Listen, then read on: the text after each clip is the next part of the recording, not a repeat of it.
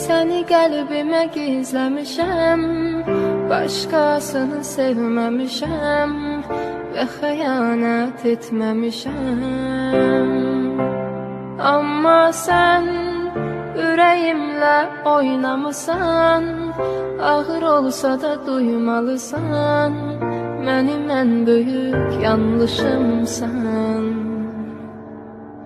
Ağlama, ürək o buna layiq deyil, inan.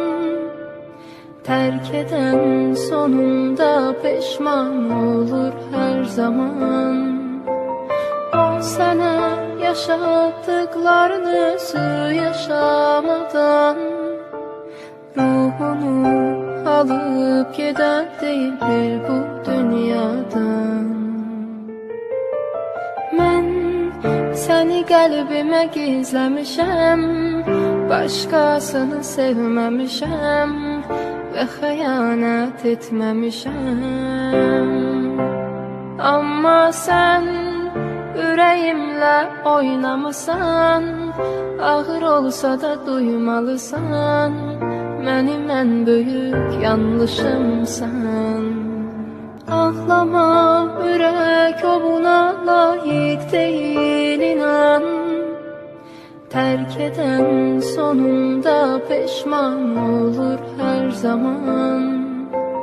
O sənə yaşatdıqlarını özü yaşamadan, ruhunu alıp gedən deyildir bu dünyadan.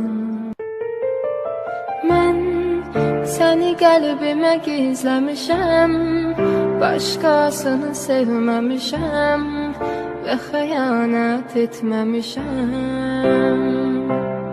Amma sən ürəyimlə oynamısan, ağır olsa da duymalısan, mənim ən böyük yanlışımsan.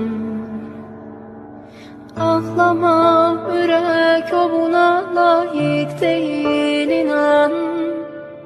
Tərk edən sonunda peşman olur hər zaman. O sənə yaşatdıqlarını özü yaşamadan, ruhunu alıp gedən deyildir bu dünyadan. Mən səni qəlbimə gizləmişəm, başqasını sevməmişəm və xəyanət etməmişəm. Amma sən ürəyimlə oynamısan, ağır olsa da duymalısan.